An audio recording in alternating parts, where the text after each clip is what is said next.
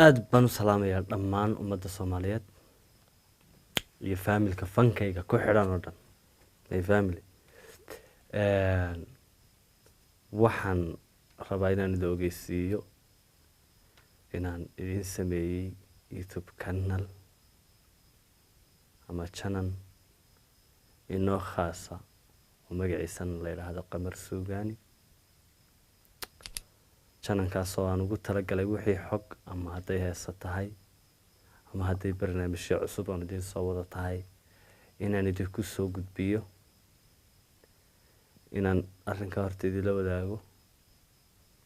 Caawa halkan waan soo istaagay.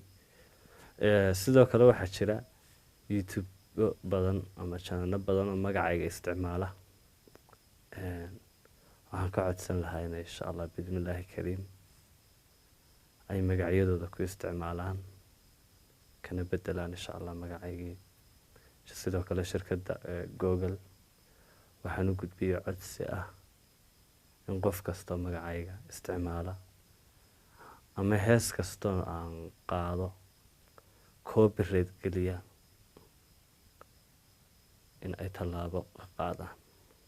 Marka waxaan idinka codsanayaa idinkoo xushmeynaya inaan heesaan leeyahay in la diiwaan gashan magacaygana YouTube channel lagu isticmaalo. Aniguna raalli kama ihi in marnaba heesahayga la diiwaan gashado.